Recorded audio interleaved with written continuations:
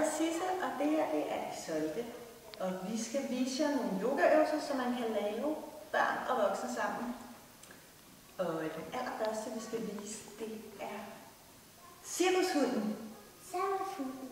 Det her er sommerfuglen. Først viser vi sommerfuglen, og så viser vi cirkushunden. Så i cirkushunden, der står man på alle fire med fødderne op ad væggen. Ja, og så går man nemlig op ad væggen og stritter med numsen, og så gør man.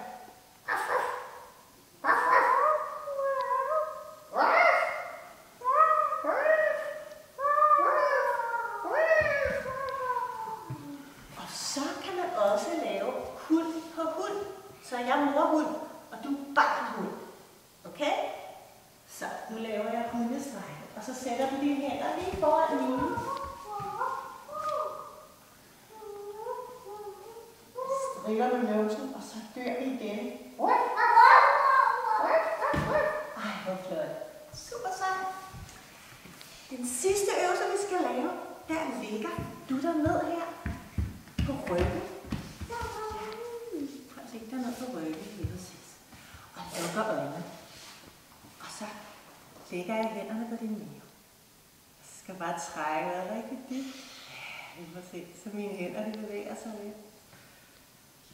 Og så prøv lige helt stille, fordi så kan jeg skvulpe dig lidt. Så gør jeg sådan her, så skvulper jeg dig. Ligesom om du var en ballon fyldt med vand. Skvulper jeg lidt.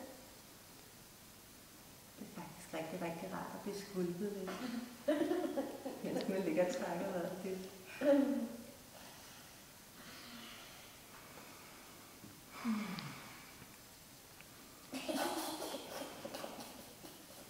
Skal du også skvulpe mig? Ja. Så lægger jeg mig ned. Og så sætter vi dig herover. Og så først så skal du bare lægge hænderne på min mave, og så trækker jeg vejret dybt.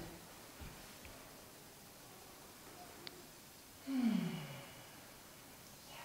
Ej, det er rigtig rart at blive skvulpet